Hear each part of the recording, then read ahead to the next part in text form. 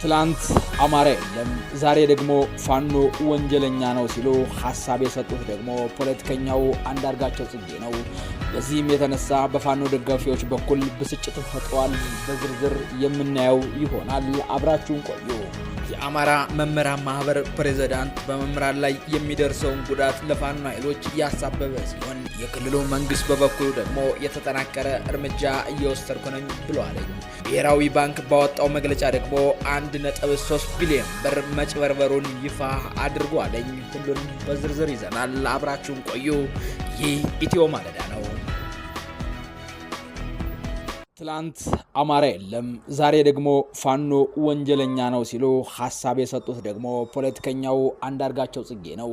በዚህም የተነሳ በፋኖ ደጋፊዎች በኩል ብስጭት ፈጥሯል። አማራ የሚባል ነገር የለም፣ አማርኛ የሚባል ቋንቋ ነው ያለው። አማርኛ ቋንቋ ደግሞ ከግዕዝና ከትግርኛ አብሮ ተዋልዶ የወታደር ቋንቋ የነበረ ነው ብለዋል። ምን ለማለት ፈልገው ነው?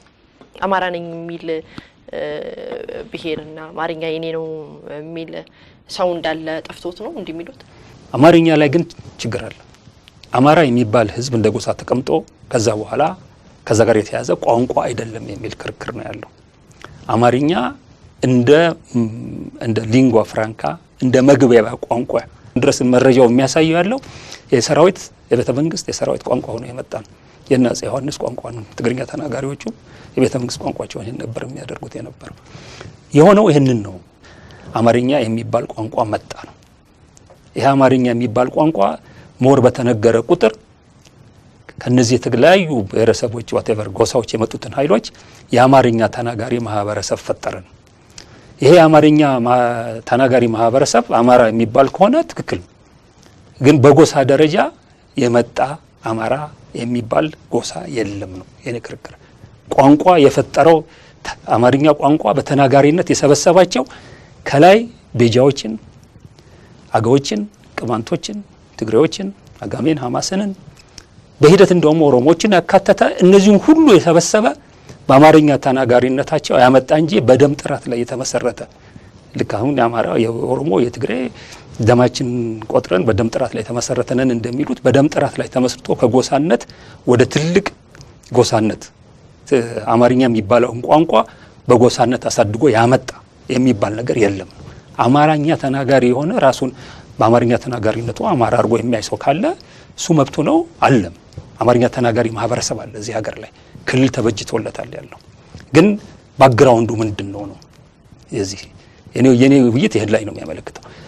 ከዛ ጋር ያያይዘው ደግሞ የሚያስቀምጠው ነገር በዚህ የተነሳ አማርኛ በመሰረቱ የአንድ ጎሳ ቋንቋ ሳይሆን የተለያዩ ጎሳዎች እርስ በርስ የሚግባቡበት ቋንቋ በመሆኑ የተነሳ ገና ሲጀምር ኢትዮጵያዊ ቋንቋ ሆኖ ነው የጀመረው። የአንድ ጎሳ ቋንቋ ሆኖ አልጀመረም። አዛውንቱ ፖለቲከኛ አንዳርጋቸው ጽጌ አንዴ ደጋፊ ሌላ ጊዜ ደግሞ ተቃዋሚ ሆነው አብዛኛውን እድሜያቸው በተቃውሞ በውጭ ሀገር እያሳለፉ ሲሆን በአንድ ወቅት አማራ የሚባል ብሔር የለም በሚል ንግግራቸው የሚታወቁ ሲሆን ይህ ንግግራቸው ግን በአማራ ኤሊቶችና በአማራ ምሁራን በኩል ያን ያክል ትኩረት አልተሰጠውም ነበረ።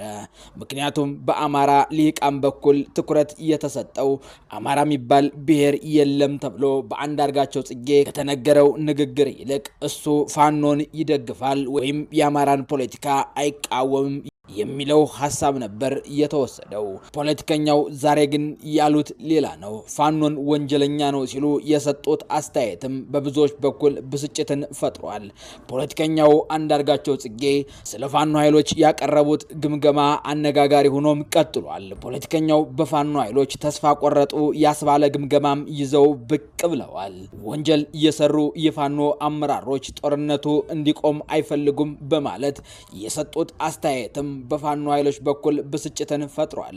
ክልሉ የሰላምና የጸጥታ ቢሮ ኃላፊ በበኩላቸው ፋኖ ላይ ያለው እርምጃ እንደሚቀጥልም ተናግረዋል። ለአመታት በውጊያ እየቀጠለ ያለው የአማራ ክልል ጦርነትም ካደራደር አስደንጋጭና ልብን የሚያርዱ መረጃዎችም መውጣታቸውን ቀጥለዋል። ጦርነቱ ታንክና መድፍ ብቻ ሳይሆን በድሮን እየታገዘ 2 አመታትን ሊደፍን ምንም አልቀረውም። ቢቢሲ ይፋ ካደረገው አሰቃቂ የድሮን ጥቃት በኋላም በክልሉ ግድያዎችና ጥቃቶች መቀጠላቸውም እየተነገረ ይገኛል። ከዚህ በተጨማሪ የፋኖ ኃይሎች አሁናዊ ቁመናን በተመለከተ የብልጽግና አመራሮች፣ የመከላከያ መኮንኖች እንዲሁም ፖለቲከኞች አስተያየታቸውንም እየሰጡ ይገኛሉ። የክልሉ የሰላምና የጸጥታ ቢሮ ኃላፊና ፖለቲከኛው አንዳርጋቸው ጽጌ የሰጡትን አስተያየትም እንደሚከተለው ይዘነዋል። ፋኖ በቅርቡ 4 ኪሎን መቆጣጠሩ አይቀርም፣ መንግስት ፈርሷል በሚለው ትንተናቸው የሚታወቁት አዛውንቱ ፖለቲከኛ አቶ አንዳርጋቸው ጽጌ ዛሬ ደግሞ ሀሳብ ቀይረው ተከስተዋል። ይህ በብዙዎች በኩል ውዝግብና ድንጋጤም ፈጥሯለኝ። ፖለቲከኛው እንዲህ ነው ያሉትኝ። የፋኖ ኃይሎችና አመራሮች አንድ ተቋም ለመመስረት አለመቻላቸውን አምርረው የተቃወሙት ፖለቲከኛው በዚህ ሁኔታ 4 ኪሎ አይደርሱም ሲሉ ከትላንትናው ሀሳባቸው ጋር የተጣረሰ ሀሳብም ሰጥቷለኝ። ይህ በአቶ አንዳርጋቸው ጽጌ የተሰጠ ሀሳብም በፋኖ ኃይሎች በኩል ተስፋ መቁረጣቸውን አመላካች ሆኖ አግኝተነዋል። ወንጀል የፈጸሙ የፋኖ አመራሮች አሉ የሚሉት አዛውንቱ ፖለቲከኛ እነዚህ ወንጀል የፈጸሙ የፋኖ አመራሮች ጦርነቱ እንዲቆም አይፈልጉም። ጦርነቱ ከቆመ ተጠያቂ እንሆናለን ብለው ስለሚሰጉ ጦርነቱ እንዲራዘም ፍላጎት አላቸው ሲሉም ተናግረዋል። ትውልደ እንግሊዛዊው ፖለቲከኛው አንዳርጋቸው ጽጌ ይቀጥሉና የህልውና ትግሉን ጥልቅነት ያልተረዱ የፋኖ አመራሮች የራሳቸውን ጥቅም እያካበቱ ነው በማለት የፋኖ ኃይሎችን አምርረው ተችተዋቸዋል። ከዚህ በተጨማሪ በፋኖ ውስጥ በተማሩና ባልተማሩ አመራሮች መሃል መሳሳብ አለ ያሉ ሲሆን የብልጽግና እጅም በከፍተኛ ሁኔታ የገባባቸው የፋኖ አደረጃጀቶች አሉ ያሉት ፖለቲከኛው አንዳርጋቸው ጽጌ ናቸው። ትውልደ እንግሊዛዊው ፖለቲከኛ በእንዲህ መልኩ የፋኖ ኃይሎች አንድ ያልሆኑበትና ፋኖ ውስጥ ያለውን ውስጣዊ ችግር በስፋት አንስተዋል። ይህ አስተያየታቸው ግን በፋኖ ደጋፊዎች በኩል ተቃውሞን እያስተናገደ ነው። አንዳርጋቸው በወንጀል የተዘፈቁ የፋኖ አመራሮች አሉ እንደሚሉት ሁሉ የክልሉ የሰላምና የጸጥታ ቢሮ ኃላፊም የፋኖ ቡድን በእገታና በግድያ ዛሬ የከሰሰ ሲሆን በተጨማሪ የአማራ መምህራን ማህበር በመምህራን ላይ የሚደርሰው ሰብአዊ ጉዳት ተጠያቂው የፋኖ ኃይሎች እንደሆነ የገለጸ ሲሆን የክልሉ የሰላምና የጸጥታ ቢሮ ኃላፊ ዶክተር እሸቴ ሱፍ የፋኖ ኃይሎች አገር በማፍረስ ተግባር ተሰማርተዋል፣ ግድያና ዘረፋም እየፈጸሙ ነው ሲሉም ከሰዋል። ይህ በመሆኑም በፋኖ ላይ እየተወሰደ ያለው እርምጃ ይቀጥላል ሲሉም ተናግረዋል። የክልሉ የሰላምና የጸጥታ ቢሮ ኃላፊው ዛሬ ለኢዜአ በሰጡት ቃለ ምልልስ በመግቢያቸው እርምጃው ተጠናክሮ ይቀጥላል ቢሉም በመጨረሻ ደግሞ መንግስት የሰላም እጁን አላጠፈም በማለት እስከ ዛሬዋ ሰዓት ድረስ ጦርነቱ ቢቀጥልም በሰላም ግቡ ሲሉ እርስ በእርስ የሚጣረስ ሀሳብም ሰጥተዋል። ብሔራዊ ባንክ ባወጣው መግለጫ ደግሞ 1.3 ቢሊዮን ብር መጭበርበሩን ይፋ አድርጓለኝ። 1.3 ቢሊዮን ብር መጭበርበሩን ይፋ ያደረገው ደግሞ የኢትዮጵያ ብሔራዊ ባንክ ነው። ይህ የተጭበረበረው 1.3 ቢሊዮን ብር ደግሞ ከ28 ባንኮች መሆኑን ይፋ አድርጓለኝ። በሀገራችን ከቅርብ ጊዜ ወዲህ ባንኮች በዘርና በሃይማኖት እየተቋቋሙ በቁጥር 31 መድረሳቸው የሚታወቅ ነው። ለመጭበርበር የተዳረጉት ግን 28 ባንኮች ናቸው።